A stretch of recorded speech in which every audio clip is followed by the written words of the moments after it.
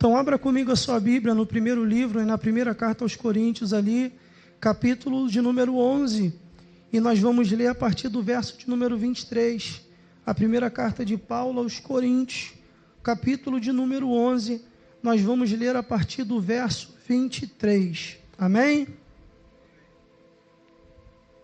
Vou estar lendo para ganhar tempo, está escrito assim: porque eu recebi do Senhor o que também vos ensinei, que o Senhor Jesus, na noite em que foi traído, tomou o pão, e tendo dado graças, o partiu e disse: tomai e comei, isto é o meu corpo que é partido por vós, fazei isto em memória de mim.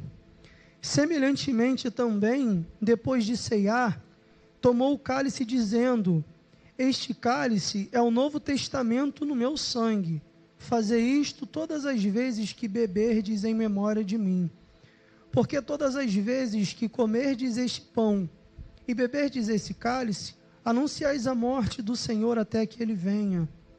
Portanto, qualquer que comer este pão ou beber este cálice do Senhor indignamente, será culpado do corpo do Senhor e do sangue. Examine-se, pois, o homem a si mesmo, e assim coma deste pão e beba deste cálice. Porque o que come e bebe indignamente, come e bebe para a sua própria condenação, não discernindo o corpo do Senhor. Por causa disso, há entre vós muitos fracos e doentes, e muitos que dormem. Porque se nós nos julgássemos a nós mesmos, não seríamos julgados. Mas quando somos julgados, somos repreendidos pelo Senhor, para não sermos condenados com o mundo. Portanto, meus irmãos, quando vos ajuntais para comer, esperai uns pelos outros. Mas se alguém tiver fome, come em casa, para que vos não ajunteis para a condenação. Quanto às demais coisas, eu irei ordená-las quando eu for ter convosco. Curve a sua cabeça rapidamente, feche os seus olhos. Pai, essa é a tua palavra.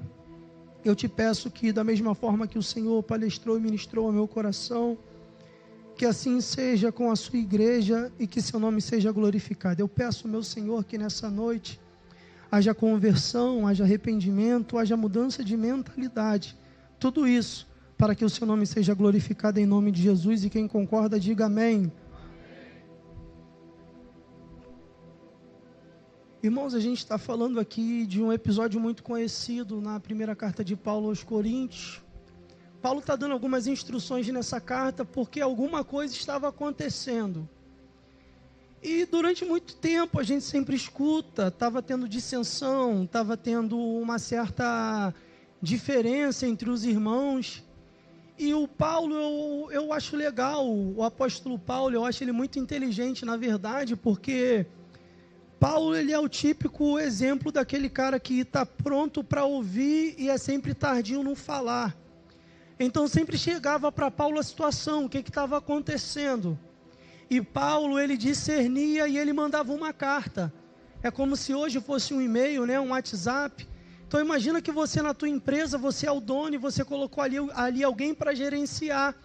E esse alguém que está gerenciando a sua empresa te manda um e-mail falando assim: Caio, olha, as vendas da guitarra bombou, as guitarras estão esgotando. Então, cara, você falou para fazer um pedido de 100, a gente vai ter que fazer de pelo menos 200, senão vai faltar material e a gente vai perder. Então o Caio, sabendo que há um problema como dono da empresa, ele vai falar: olha, vamos fazer melhor, vamos fazer dessa e dessa forma. Ele começa a dar instruções. E o que está acontecendo aqui é exatamente isso. O objetivo dessa carta era Paulo dando instruções aos coríntios, porque existia um problema. E quando você para estudar, é muito claro o problema, porque interpretando a Bíblia exegeticamente, hermeneuticamente, ou até mesmo pela tradução, o sentido é um. Havia de fato uma dissensão na igreja. Corinto era uma cidade muito boa, uma igreja sensacional, como foi ministrado domingo passado pelo nosso evangelista João Lucas. Só que nessa igreja faltava uma pitada de amor. Tanto é que Paulo vai falar mais à frente, aquela história que a gente já conhece: ainda que eu falasse a língua dos anjos e dos homens, se não tivesse amor. Aquilo foi uma estratégia de Paulo para fazer as pessoas entenderem que o amor era tão importante quanto a dom. Só que aqui agora está tendo uma dissensão na igreja. É típico assim, meu grupo primeiro, eu faço do jeito que eu quero, e Paulo tem que dar instrução. E que instrução são essas? Elas começam aqui, a partir do verso 17. Vai estar escrito: nisto, porém, que eu vou dizer, eu não vos louvo, porque quando vocês estão se ajuntando, não é para maior, é para pior. Porque antes de tudo, eu ouço que quando vocês se ajuntam na igreja, há entre vocês dissensão, em parte eu até acredito. E até importa que isso aconteça, até importa que haja heresias, para os que são sinceros se manifestem entre vós. De sorte que quando vocês se ajuntam num lugar, não é para comer a ceia do Senhor, porque comendo cada um toma antecipadamente a sua própria ceia, e assim um tem fome e outro embriaga-se. E interessante que, quando você para analisar didaticamente, ou até cientificamente, pela ciência da religião, você começa a perceber certas características nessa carta que Paulo falou. E eu acho que na Bíblia não tem coincidência, eu acho que cada detalhe ele é muito importante. E quando Paulo começa a dar essa orientação, se você contar comigo, ele repete aproximadamente 18 vezes a palavra comer e beber. Sempre que ele estava orientando, ele estava apontando o erro, ele estava dizendo que o problema estava no comer e no beber.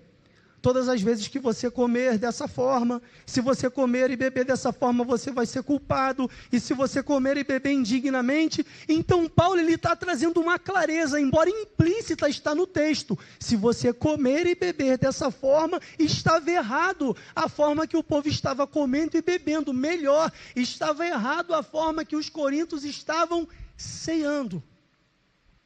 E não é coincidência a palavra comer e beber somada aparecer pelo menos 18 vezes no texto. E o interessante é que o comer e beber somado, quando chega no final, ele vai dizer: pois quem tem fome, coma para que vocês não se ajuntem para a condenação. Ou seja, ele conclui que o problema das pessoas comerem e beberem de forma errônea estava na fome. E aí, se a mídia me ajudar, já está aqui, eu coloquei um título nessa mensagem que é: a fome pode ser uma armadilha. Cuidado. Você está comigo aqui? A fome, ela pode ser uma armadilha. Cuidado. Porque a grande verdade é que uma pessoa com fome, ela não tem critério. Eu não sei você, mas quando eu estou sem fome, eu escolho onde eu vou comer. Domingão, culto da família, Dom Costela, né? Você já se programa, você já faz todo um aparato. Olha, o culto acabando, a gente já vai lá, serve rapidinho, você entra, está tudo ali certinho. E agora quando você está com fome? Saiu do culto da família, nada para comer em casa, Sullivan.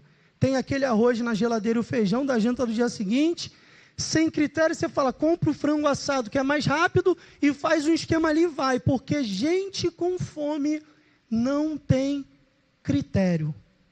Eu não sei se eu acredito que sim, eu acredito que você já foi numa festa em algum momento. Sabe aquela festa que te marca negativamente? Eu tenho certeza que geralmente a festa que tu reclamou que foi ruim, é porque a comida e a bebida não foi legal. Geralmente quando a gente reclama de uma festa é porque você saiu de lá com fome. Geralmente quando você reclama de uma festa é porque você saiu de lá com sede. E a sua reclamação é porque você está com fome. E já tem pessoas aqui que talvez saíram de uma festa e foram para uma lanchonete comer, porque estavam com muita fome. Já aconteceu comigo. Eu saí do culto com muita fome. A vontade era de comer uma pizza. Mas pensar que levava em média de 50 minutos a 1 hora para chegar, eu preferia ali no Salgado da Praça comprar uma coxinha que eu comia na hora. Porque a gente, quando está com fome, a gente não tem critério nas nossas escolhas. Quando a gente está com fome, a gente tende a pegar a primeira coisa que tem pela frente. Eu tenho um jargão comigo, não é nem jargão, eu levei comigo uma filosofia durante algum tempo que eu gosto de comer comida fresquinha, irmãos. Minha esposa está aqui. Eu gosto do feijão fresquinho, eu gosto do arroz fresquinho. E às vezes faz ali na airfryer, né, no almoço ali, um drumetezinho, alguma coisa. E quando chega às vezes de noite, tem lá na airfry, né? Aquele drumetezinho que sobrou, tem aquele arroz, aquele feijão. Eu sem fome, eu olho para o drumete e falo, Deus me livre, comida requentada, vou comer nada. 3 horas da manhã, eu olho para aquele drumete e falo, é ele mesmo. Porque gente com fome não tem critério nas suas escolhas. E o diabo sabe disso. Então o diabo vai te colocar numa situação aonde você com fome, você vai escolher a primeira coisa que vier pela frente. E o que Paulo está tentando dizer aqui, pela minha percepção, é isso. O problema de não ter critério para fazer o que é para ser feito, está fazendo uma igreja que tem muitos dons tomarem as decisões erradas. Ao ponto de uns que têm fome saírem com fome. Outros que têm sede saem com sede. Satanás sabe disso. É por isso que Satanás às vezes vai colocar a gente em situações onde a nossa fome vai ser maior do que o nosso critério. É por isso que às vezes você vai ver um camarada que tem uma esposa linda e exemplar. Mas no trabalho, Satanás colocou diante dele uma mulher. E ele com fome, não teve critério na decisão que ele tomou. O casamento acabou porque na fome, ele não soube tomar a decisão correta. Então por isso que eu acredito que a fome é uma estratégia de Satanás. Como a gente falou aqui anteriormente, quando a gente lê Mateus, capítulo de número 1, a genealogia de Jesus, aí vai passando ali o capítulo 2, a fuga para o Egito, a volta de Jerusalém, os magos do Oriente.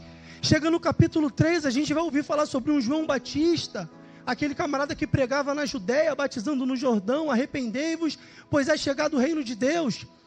E no final ali do capítulo 3, Jesus aparece. Quer ver uma coisa? Jesus aparece, é batizado, você já conhece o esquema. Os céus se abrem, uma voz dos céus diz, esse é meu filho amado de quem me comprazo. E vira-se o capítulo de número 3, a gente vai para o capítulo 4, quem aparece? Diabo. E a Bíblia diz que após jejuar 40 dias e 40 noites, Jesus teve... E quem é a primeira pessoa que aparece quando Jesus tem fome? Transforma em pão. Porque às vezes a gente vai viver num cenário onde a gente vai olhar para a nossa realidade e o que vai ter ao nosso redor é pedra. E a gente vai se questionar, como foi dito aqui em Asaf, por que no meu só tem pedra, enquanto nos demais ímpios tem pão? Aí Satanás vai querer aparecer e te pressionar. Se tu é filho, se tu é filha, fome. A fome tira o nosso critério. E eu não acredito ser coincidência Paulo falar isso 18 vezes, até ele chegar à conclusão: quem tem fome, come em casa. Porque se você for cear sem critério, você vai tomar uma decisão errada. E quem governa essa decisão errada não é Jesus, é Satanás. E eu acho interessante que, estava conversando essa semana com um rapaz, é até o Nelson. Dá um tchauzinho aí, Nelson, tá aí? Meu amigo Nelson ali. A gente estava falando a respeito da Bíblia, do Antigo Testamento, do Novo Testamento. Irmãos, eu confesso a vocês que eu sou fã de Jesus. Se alguém perguntar para mim, cara, na Bíblia de quem tu é fã? Eu sou fã de Jesus. Porque é incrível como na Bíblia os nossos heróis nos decepcionam. Eu não sei se você sabe, mas coincidentemente, no tempo dos patriarcas, Abraão, Isaac, Jacó, houve 3 períodos de fome. E Abraão, na verdade Abrão ainda, a Bíblia vai dizer que houve uma grande fome no Egito, Luiz. Na verdade houve uma grande fome naquele tempo. E Abrão, ele vai descer ao Egito. Só que quando ele desce ao Egito, ele vai falar para a esposa dele assim: não fala que você é minha mulher, fala que você é minha irmã. Tudo por causa de A fome faz a gente negociar aquilo que é inegociável. Quantas pessoas na fome, ou quantas pessoas sem critério, já tomaram decisão errada, porque não sabiam o que estavam fazendo, ou melhor, até sabia, mas por ser mais fácil e mais prático, naquele momento achou que aquela decisão era melhor. E agora Abrão desce para o Egito, e apresenta lá para Faraó, a esposa dele, que ele disse que era irmã. E agora Faraó está lá, com a esposa dele. Só que de madrugada o próprio Deus aparece e fala, não toca nela não. Porque ela é esposa dele. É que a gente romantiza a Bíblia às vezes. Tá vendo? Deus entrou. Deus deu vitória. Não é isso não, irmãos. Decisão errada. O pai da fé ele é. Mas foi só aparecer uma fome, que a primeira decisão que o homem toma é descer ao Egito, falar que a mulher é irmã e entregar a mulher para Faraó. Só que Deus aparece para intervir naquela madrugada e fala, não toca nessa mulher, não faz nada com essa mulher. Só que tem uma coisa que eu acredito que Faraó gostava mais do que mulher, o trono. Porque hoje dizem por aí que a fraqueza do homem é a mulher. De Faraó podia até ser, mas eu acredito que ele amava mais o trono dele do que mulher, até porque mulher ele podia ter qualquer uma. E aí acontece aquela história, o Faraó chega, rapaz, tu é doido, você entrega a tua mulher falando que é tua irmã, isso e aquilo, e todo mundo lá, Deus deu vitória. Agora Faraó, ele vai dar para Abrão, leva camelo, leva ovelha, leva prata. Aí todo mundo, caraca, tá vendo, Deus foi com ele, não deixou nada acontecer, até prosperar ele prosperou, só calma aí. Às vezes na nossa vida a gente vai tomar decisões erradas e até acha que a gente está se dando bem. Ninguém descobriu, ninguém sabe, ninguém viu nada. Só que Faraó disse, ó, H vai contigo na bagagem. Então quem toma decisão sem critério, não pode reclamar das consequências que virão pelo fruto das suas ações. Você sabe quem é Agar? Agar é a mãe de Ismael. Foi a escrava, foi a serva de Abrão. Sara, a esposa dele, por não poder ter filho, fez um acordo. Abrão, pode deitar com ela, com Agar, para gerar um filho. Só que Deus havia feito uma promessa. E aí que é o problema. A gente às vezes acredita que o tempo de Deus demora. E Satanás coloca diante da gente uma fome. Porque com fome a gente sempre vai tender a escolher mais rápido. Às vezes a porta que você tanto pede, ela até se abre. Mas Deus fala, não fui eu que abri essa porta. E por ganhar bem, e por ter que fazer às vezes até algumas coisas que você não deveria, você acaba negociando aquilo que é inegociável. Abraão fez isso. E sabe quem nasce agora? Ismael. Houve a divisão. Você sabe por que está acontecendo a guerra hoje de Israel com Hamas? Por causa de Abrão. Uma decisão errada lá atrás. As consequências estão acontecendo até hoje. Porque quando Sara engravida e tem Isaac, ele vai desprezar agora Agar e Ismael. Ao ponto dessa Agar pegar o filho, pegar água, pegar as bagagens e ir para o deserto. E chega um ponto que essa mulher deseja morrer, coloca o filho embaixo de uma árvore. Talvez você conheça a história. O anjo ali com A maiúsculo, uma teofania que a gente fala, né? Aparece. E esse Ismael é o fundador dos ismaelitas. E agora uma geração, uma cidade, ela começa a se fundar e começa a ter raiva do povo de Jerusalém. Porque esse povo acreditava que o povo de Deus era mau por ter feito aquilo com Agar. Então esse menino Ismael, ele cresce rancoroso. Então a guerra de Jerusalém, a guerra com os sírios, com os árabes, com toda aquela parte dos muçulmanos, é por conta da decisão errada que Abrão tomou. Foi só vir uma fome. Fome. Como é que esse cara não teve critério? O pai da fé. É por isso que eu digo que eu sou fã de Jesus. Quer ver outra coisa? A mesma fome que veio no tempo de Abraão, veio no tempo de Isaac. Só que Isaac, pelo menos, tentou ser um pouco mais assertivo. Sempre vem a fome. Interessante que quando Jesus ele vai para o deserto, Satanás, eu acredito que ele poderia ter aparecido no primeiro, no segundo, no terceiro ou no 10º dia. Mas ele aparece ali só depois do dia 40. 40º, é isso que fala? 40º. Fala assim, está com fome. Se tu é filho, peça que essas pedras se transformem em pão. A fome pode ser uma armadilha. E muitas das vezes que a gente errou e falhou, foi porque na nossa frente tinha uma situação e a gente, sabendo, ainda assim, decidiu procurar aquilo que era errado. Satanás sabe disso. Quer ver outra coisa?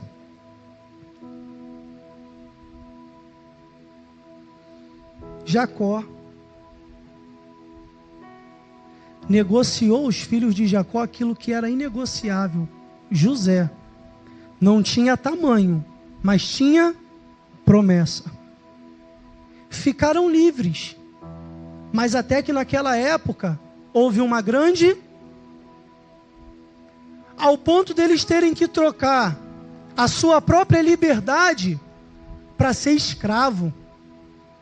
Alguém que era livre, agora é escravo. Vende-se a sua liberdade para se tornar escravo, tudo por causa da...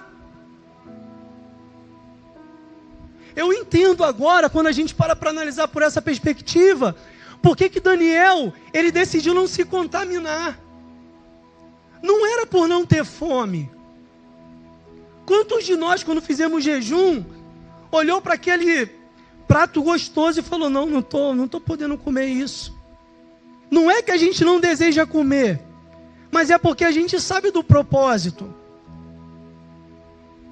Então Daniel, ele assenta no seu coração não se contaminar, por mais que ele tivesse fome.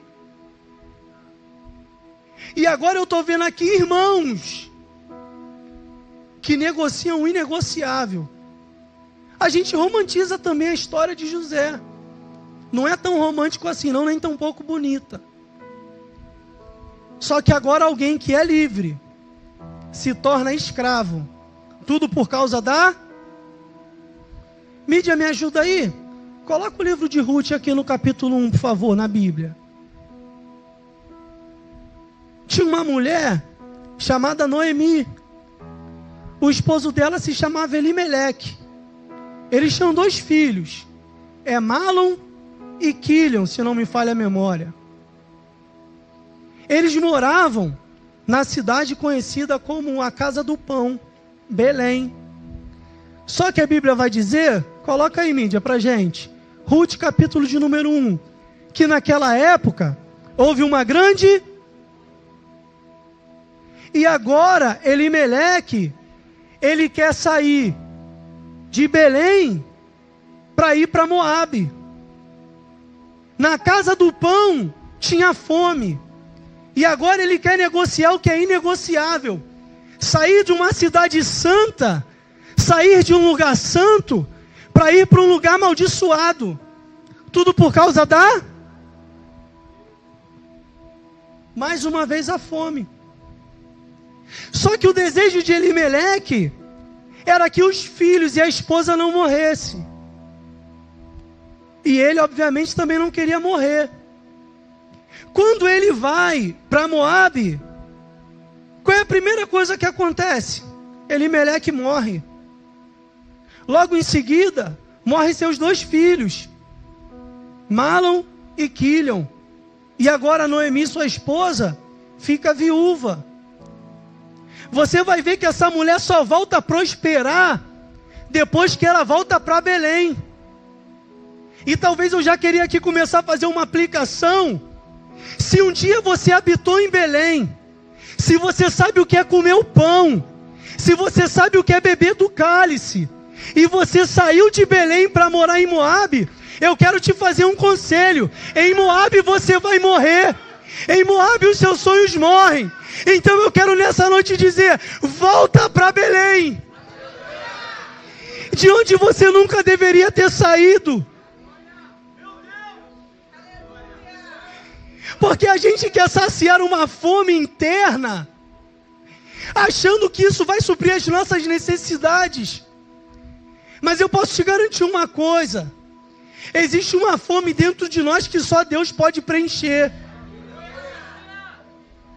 Quantas vezes eu já voltei de madrugada chorando para casa, sabe como, Miqueias? Doidão. E eu não entendia como alguém doidão podia pensar: Deus, o que eu estou fazendo da minha vida? Por que a bebida não preenchia? Por que as coisas ilícitas não preenchia? E quando a gente chega em casa e bota a cabeça no travesseiro, só Deus sabe como está o nosso interior. Porque a gente chega em casa e continua com fome. Estamos procurando saciar a nossa fome, a nossa sede em tantas coisas, mas nada sacia. Estamos vivendo um momento que as pessoas estão se matando, estão tirando a própria vida, porque estão tentando preencher a vida de tantas formas e ainda continuam com fome. E sabe quem faz isso? Satanás. E sabe o que é bacana? Que tu nem percebe que é ele. Esse negócio de Satanás aparecer com tridente e chifre é coisa do passado, irmão. Na verdade, nem sei se do passado é. Porque Satanás, quando aparece, te garanto que não vai ser de chifre e nem de tridente. Ele vai botar uma comida bonita na tua frente. E sabe qual é o problema? É que a gente deseja comer. Porque muitas das vezes a gente está com...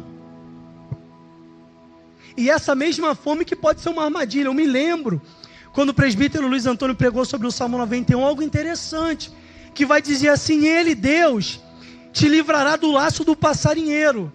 E o passarinho é assim, né, irmãos? Existe cada tipo de ave. Tem aquela ave que é frutífera. Gosta de comer ali um mamão, uma banana. Tem certo tipo de ave que vai só no alpiste. Tem certo tipo de ave que come uma raçãozinha. Então, quando o passarinheiro, que é o diabo, ele vai caçar uma ave que gosta de fruta, ele não vai botar alpiste, porque senão aquela ave não cai. Ele sempre vai botar algo na tua frente, que é aquilo que você gosta. É por isso que o camarada que está vivendo libertação, se ele não vigiar, a primeira coisa que vai aparecer no Instagram dele, desculpe a palavra, é uma mulher rebolando. É uma mulher sensual. Por isso que a primeira coisa que aparece aqui, se você não vigiar, é uma mulher mandando mensagem no teu WhatsApp, você sendo casado, falando: oi gato, saudade, quanto tempo? Porque a gente com fome não tem critério nas escolhas que tomam. E o contexto de Corinto é isso. As pessoas estavam comendo e bebendo sem critério. E Paulo fala: se a fome permitir que vocês comam sem critério, vocês serão condenados. É simples. Quem não tem critério no que come e quem não tem critério no que bebe, vai para o inferno sabendo que está indo. Eu nem sei a condição que você está aqui hoje, mas se um belo dia você bater de frente com Deus e tentar o famoso desenrolo, vai dar ruim. Deus vai falar: você sabia que era errado, você sabia que era errada, mas ainda assim a tua fome te fez escolher o que era errado. Esse negócio de que se existe sentimento não é adultério, é coisa do diabo. Mas fome. Camarada casado, que não tem ali um alinhamento no casal, não sabe a direção, não sabe a construção de objetivo. Ele constrói, como diz o Cláudio Duarte, um império ao lado de uma guerreira e curte com uma aventureira. Sabe o que é isso? Fome. Aí agora Elimeleque morre. Agora os filhos morrem. Tomaram uma decisão achando que iam viver. Mas agora a mulher é viúva, porque todos morreram. Não adianta. Vou falar para vocês. Não adianta. Hoje, você só tem duas escolhas ao sair daqui. Ou você volta para casa com fome, ou você volta para casa na mesmice. Ou você escolhe saciar a sua fome, de uma vez por todas. E é isso que Paulo fala. Eu recebi do Senhor o que também eu vos ensinei. Que o Senhor Jesus, na noite que foi traído, Ele foi traído. Não fui eu, não foi você, Daniel. Ele foi traído. E quem traiu ele? Eu traí. Você traiu, nós traímos. Isaías vai dizer, ele foi traído pelas nossas transgressões. Ele foi moído pelas nossas iniquidades. Se hoje você tem paz, se hoje tu tem teu carro, tua casa, se hoje você está bem, é porque alguém pagou um preço que nós deveríamos pagar. E a gente sem critério desvaloriza isso aqui que Paulo está falando. Vocês não estão se juntando para melhor. Vocês estão se juntando para pior. Porque quando vocês se ajuntam, está escrito, eu estou sabendo que há entre vocês dissensões. Uma mesa de comunhão. Irmãos, quem consegue na noite que é traído, tenta imaginar. Imagina você e o traidor sentado na mesa. Você olhar para ele, partir o pão e dar graça. Dá para fazer isso? Só Jesus. O único que mediante a fome não cedeu à tentação. O único que sendo traído falou, Pai, perdoa. Eles não sabem o que estão fazendo. Tudo por causa de fome. E essa é uma grande estratégia, armadilha de Satanás. E a gente cai sem perceber. Esse dia eu estava conversando com a rapaziada. Sempre a minha rapaziada, né? Aí tá eu lá. O papo do camarada é que ele saiu na noitada, né? E na noitada, segundo a ele, porque tem uns caoseiros aí, né, irmãos? Mas segundo ele avistou 3 meninas lindas. Aí vai o pastor. Olha o pastor entrando na roda. E o que tu fez? Olha eu perguntando. E o que tu fez? Ele, passei as 3. E se vangloriando. Tudo por causa, sabe de quê? Fome. O casamento acabou. Hoje, vive pedindo ajuda. Às vezes a gente acha que não vai ter bagagem. Mas tem bagagem sim. E existem muitas pessoas hoje que nos procuram. Eu estava conversando com o pastor Miquel esse dia, para falar, pastor, estou numa prova. Eu nunca entendi muito bem de verdade, irmão, essas provas. Porque toda prova eu acredito que ela tem início, meio e fim. Eu já falei aqui há alguns anos, ou alguns meses atrás, que quando a gente para exemplificar a nossa vida, para quem já estudou, o ano letivo ali ele tem 4 bimestres. Então você ali fica estudando 2 meses, aí vem a prova, você passa por aquela prova e acabou, tu já vai para outro bimestre. Eu nunca entendi essas provas que duram para sempre. Na verdade eu entendo. Claro que eu entendo. Fome. Faz a pessoa tomar a decisão errada lá atrás, e vem pedir ajuda aqui, e nós vamos ajudar. Mas o que eu quero fazer é te conscientizar. Porque quando a fome aparecer e bater na sua frente, tenha critério. Por isso que Paulo está falando, quem tem fome, come em casa. Porque quem sai de casa alimentado, não tem fome para comer na rua.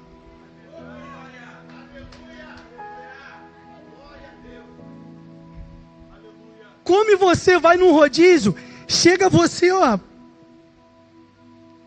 bem satisfeito, alguém fala, vai esse açaí de 10 aí? O cara dá até ânsia de vômito. Caraca, tô cheio, tira a comida da minha frente que eu não aguento mais. Quem vive saciado não tem fome. Jesus está pregando, vamos de Jesus, o herói. Tem uma multidão lá. Os discípulos chegam e vão dizer assim, ó: Jesus, já faz 3 dias que o Senhor está ensinando, manda essa galera aí embora, porque certamente eles estão com... Olha a diferença, não. Eu vou mandar o meu povo embora com fome. Pega vocês aí e serve eles. Todo mundo saiu completamente saci e ninguém teve fome. Só que tem um porém. Os discípulos agora estão atravessando no barco, Jesus está à parte. Só que aquelas pessoas que estavam ali, elas queriam um pão terreno para continuar saciando a sua. Só que Jesus sabia disso. No meio da noite, Jesus tem aquele encontro com os discípulos ali, devido ao mar estar revolto, atravessa. No outro dia está todo mundo procurando Jesus, porque quando amanheceu outro dia, todo mundo teve. Então eles pensam, se eu fui alimentado ontem por um pão e por um peixe, vai ter pão e peixe para eu comer de novo. Eles não acham Jesus. Aí eles têm uma estratégia. Quer achar Jesus? É só ir atrás dos discípulos dele. Eles encontram. Começa aquele interrogatório. Jesus, sabendo o que estava acontecendo, falou, não. Vocês não estão entendendo. Aí começa aquele debate. Não, mas os nossos antepassados, lá no deserto, tinham maná. Aí Jesus fala, engraçado, tinha maná. Mas cadê os antepassados de vocês? Morreram.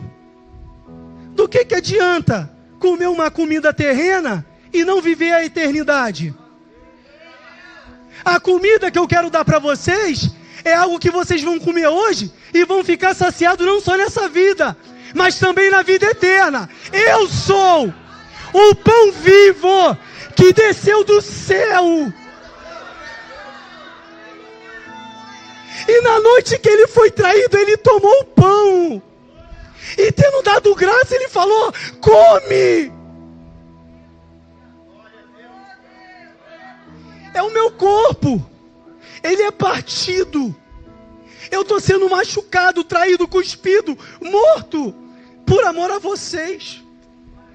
Mas é o meu corpo, come.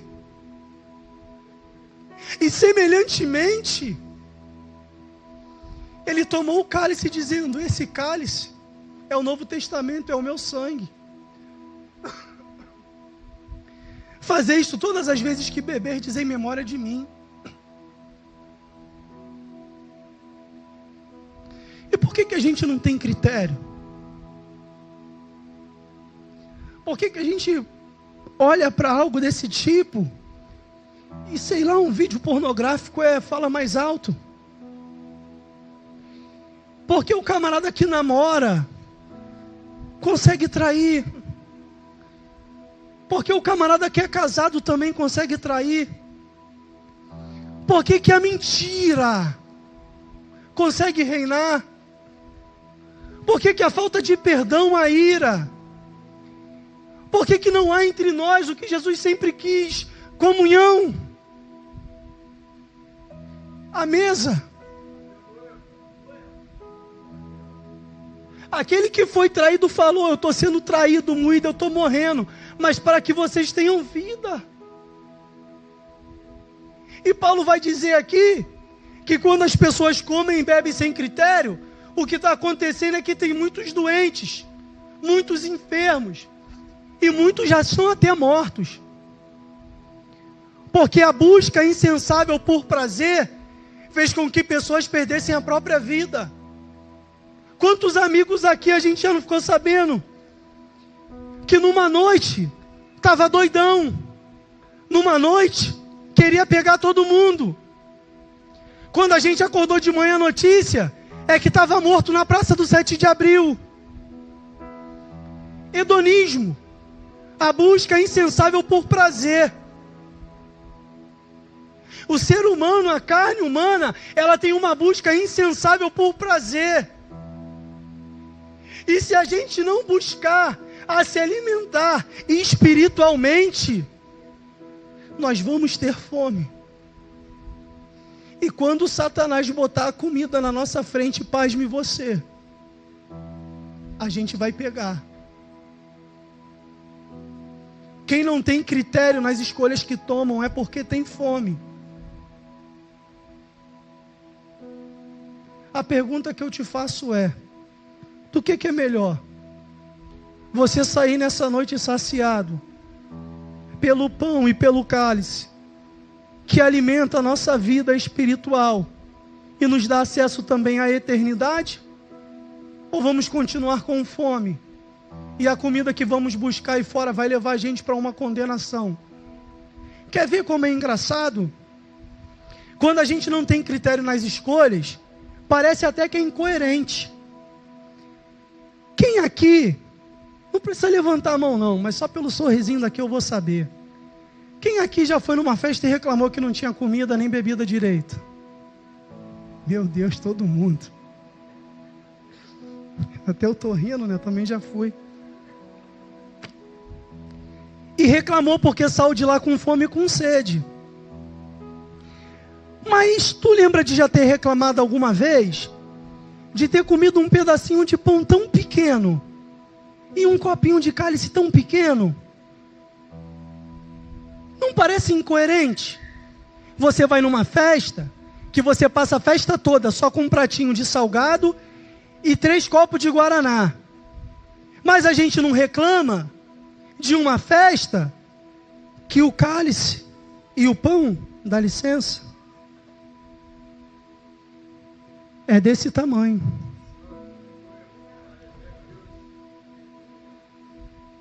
Como pode algo tão pequeno ter uma potência tão grande? Quem aqui já reclamou de ter saído de uma ceia com fome, porque era tão pequeno o pedacinho de pão e tão pouquinha a quantidade de suco? Isso se chama critério. Só que quando eu olho para isso aqui, me faz lembrar de um sangue inocente, que não merecia. Porque aquele que não tinha pecado se fez pecado por nós, se fez pecador por nós. E o critério é lembrar assim: eu não mereço, mas a tua graça ela me alcançou. Porque quem não tiver parte com Cristo na terra, não terá parte com Ele na eternidade. E as escolhas erradas da vida, cabe a nós consertar e fazer a conversão, o caminho de volta. Quer ver uma coisa? Já foi dito aqui também, a parábola do filho pródigo.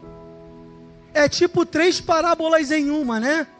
Jesus começa falando ali no início, primeiro: qual dentre vós pastores, que tendo 100 ovelhas e perdendo uma, não deixa as 99 e vai atrás da uma que se perde? Percebe que ali, Jesus não está chamando a atenção da ovelha. Ali, Jesus está chamando a atenção do pastor, que tinha 99 e perdeu uma. Porque, como já foi dito, é responsabilidade de quem perdeu achar. Aí muda a parábola, o nível de responsabilidade sobe. Agora é uma mulher da dracma.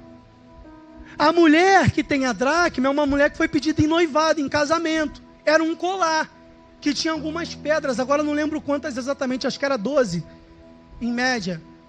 E essa mulher perde uma dracma. Só que agora Jesus não está mandando o pastor ir lá buscar a dracma que a mulher perdeu. Você percebe que quem está procurando agora a dracma é a mulher. Porque é responsabilidade de quem perde achar. É responsabilidade de quem toma a decisão errada voltar. É a decisão certa a se fazer. Quem toma uma atitude, quem aceita fazer a conversão e voltar para fazer a coisa certa. E agora, tem o tal do filho pródigo. O menino pede a sua parte da herança. Ele vai para uma cidade longínqua, distante. Ele gastou tudo o que ele tinha. Engraçado, o presbítero Fábio, que o que aconteceu, que depois dele ter gastado tudo naquela época, houve uma grande... E agora o tal do filho pródigo, ele está lá cuidando de porco. Interessante, né? Olha só, judeu criando porco. Legal, né? Incoerente.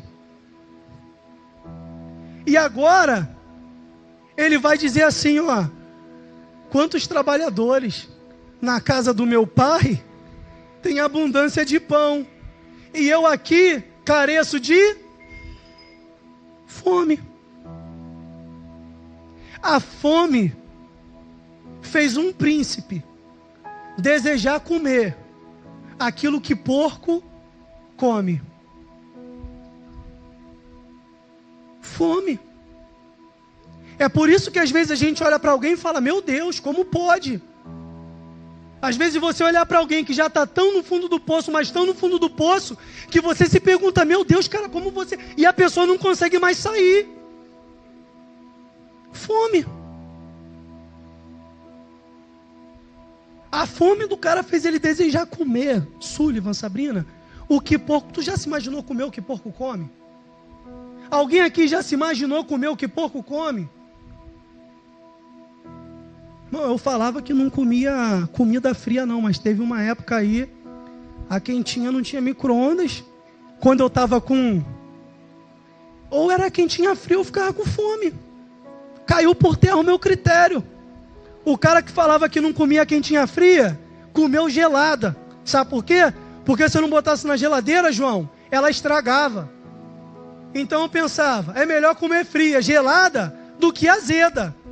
Mas o critério que eu tinha, já não tenho mais. Sabe por quê? Fome. A fome que nos faz negociar aquilo que é inegociável. Eu não sei como você entrou aqui nessa noite. Talvez você se ache cristão, se ache até convertido. Mas no decorrer da tua vida, quantas coisas inegociáveis você já não negociou? Ah, se teu celular falasse. Fome. E Satanás está ali, está tranquilo. Está dentro da igreja, como diz o livro, mas longe de Deus. Esse aí é meu. É aquela história, né, João? O camarada estava em cima do muro. De um lado Jesus preocupado, do outro lado o diabo tranquilão. O camarada ficou meio assim e falou: qual é, Jesus? Tu não vai esboçar nada não? Não, Jesus preocupado e o diabo tranquilão. Ele: diabo, tá tranquilão por quê? Ele: o muro é meu, pô, tá tranquilo. Sabe o que é negociar o inegociável? E saber que você está indo para o inferno, acreditando ou apostando na misericórdia de Deus naquele grande dia? Esse dia eu estava conversando com uma pessoa bem próxima a mim. E falei para ela assim: cara, você é pelo menos 3 vezes melhor do que eu. Posso até falar, essa pessoa é meu irmão mais velho. Meu irmão, para mim, assim, ele é um exemplo mesmo. Quem conhece sabe. E eu falei para ele: cara, esses dias ele pegou um cara doidão na rua, começou a trocar uma ideia com o cara. E ele falou assim: tu conhece o meu irmão, Adriano, da Lan House? E o moleque falou: conheço. Ele: então vou mandar teu número para ele, que meu irmão pode me ajudar. Meu irmão pode te ajudar. Aí quando ele me mandou a mensagem, eu falei: cara, tu tá jogando no lado errado. Tu ajudou o cara, tu tá fazendo tudo. Falei para ele: Diego, é tipo aquela roleta russa de antigamente. O cara pegava uma arma, botava uma bala, girava, na expectativa que o tiro não ia sair. Vale a pena apostar e chegar naquele grande dia acreditando que esses poucos detalhes irão nos salvar? Ou é melhor se consertar hoje, comer do pão, beber do cálice, ter parte com Cristo e saber para onde nós vamos? Ele ficou pensativo, mas, né? Como eu falo com Miqueias, e Miqueias fala comigo, Paulo plantou, Apolo regou, né? Mas quem dá o crescimento é o Senhor.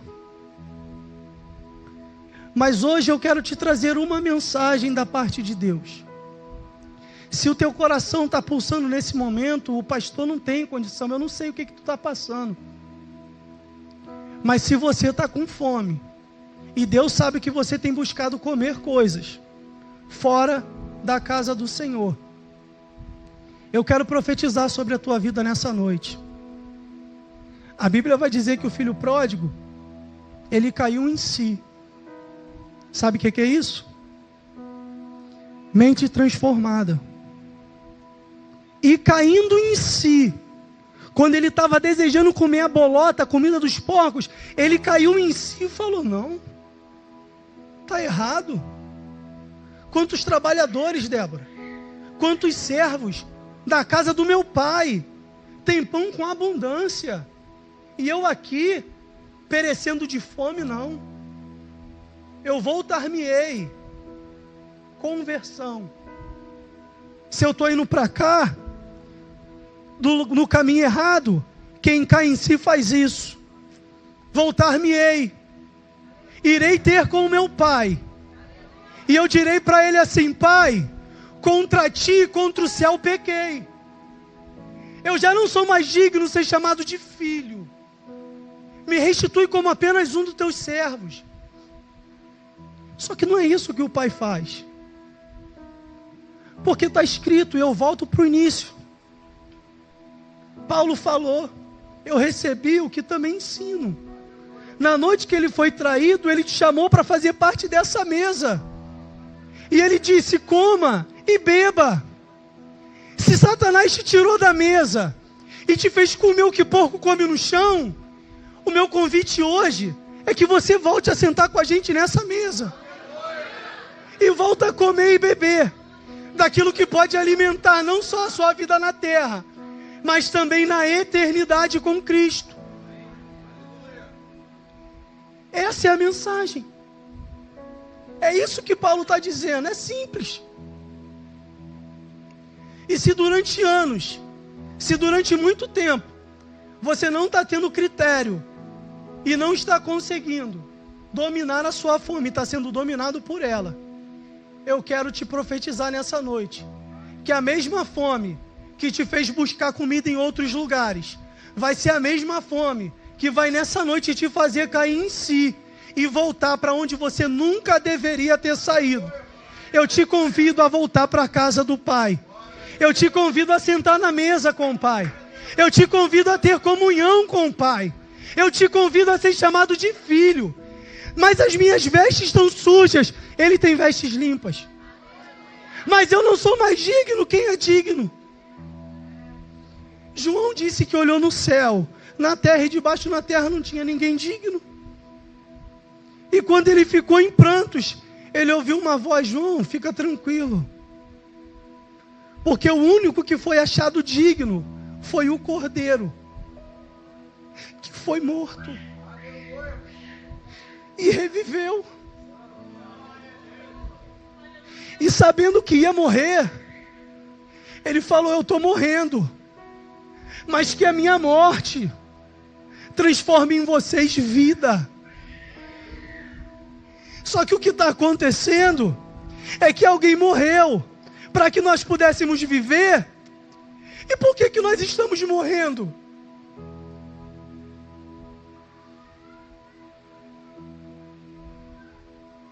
Eu quero te convidar nessa noite a se colocar de pé.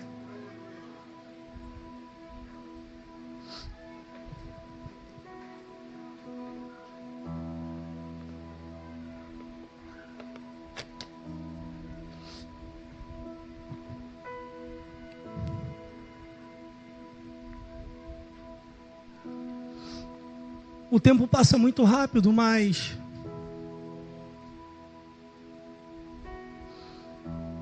Eu sei que o poder de decisão não é meu, ele é seu. Mas se eu pudesse te incentivar, eu queria finalizar esse sermão dizendo uma coisa. Ou você escolhe voltar para casa faminto, com fome. Ou você escolhe sair daqui saciado. Só tem duas escolhas. Ela é sua. Se você voltar com fome, a minha parte eu fiz. Mas o que eu quero te incentivar nesse momento, eu estou entrando agora no convite da graça. Eu quero dizer que o grande amor de Deus e essa graça do nosso Senhor e Salvador Jesus Cristo, ele começa a recair agora em cada um de vocês. Eu quero pedir ao Espírito Santo que o coração mais duro aqui nessa noite, ele seja quebrantado nesse momento. E eu quero te convidar, volta para onde você nunca deveria ter saído. Vem para cá.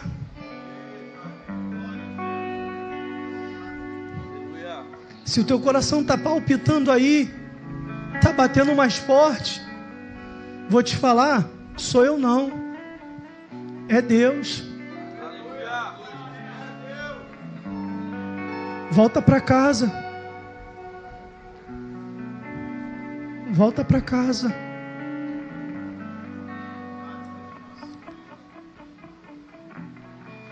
Cadê você? E a igreja intercedendo.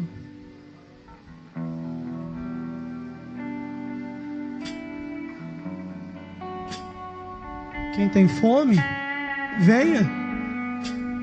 Quem tem sede, venha. Cadê você? Existe uma mesa preparada nessa noite. O Pai te chama.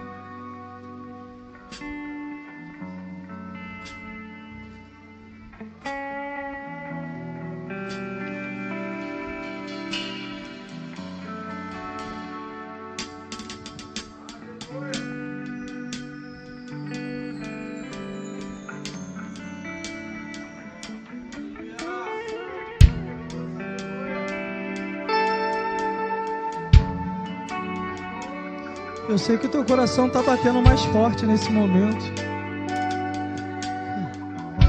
Eu não sou louco. Vem. Não olha para um lado nem para o outro não. O Pai te chama, filho. Chega de chorar. Para de se perguntar, Senhor, será que o Senhor não vê? Ele vê. Ele está te chamando agora. Só falta você vir. Cadê? Essa decisão é sua.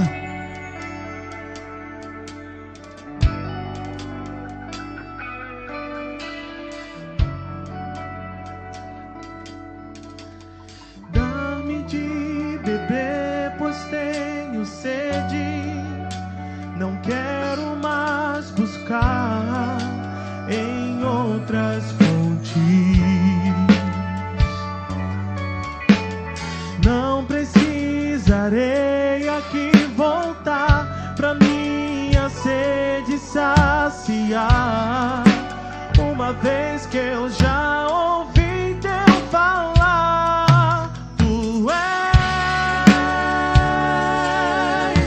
por quem a minha alma esperou, a fonte da vida que me encontrou. És o dom de Deus, o Messias, o meu Salvador. Tu és por quem a minha alma esperou, a fonte da vida que me encontrou.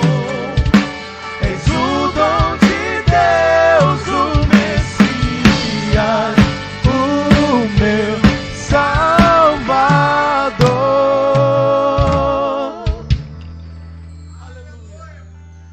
Cadê você?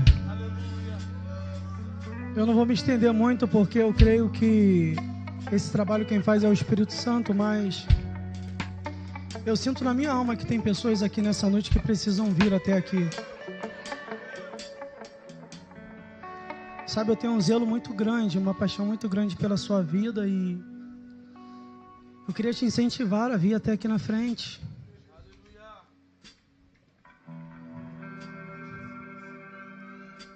Eu te dou 1 minuto. Vem.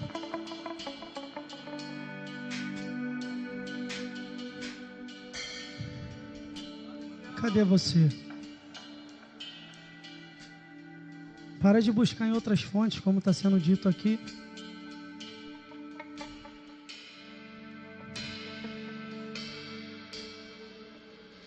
Tem lugar nessa mesa para você.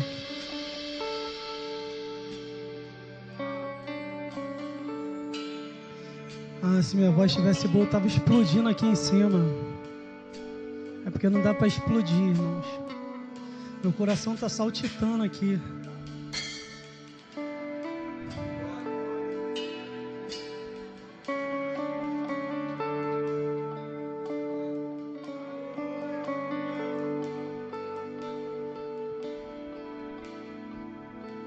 Então que assim o Senhor Ele te conceda uma nova oportunidade.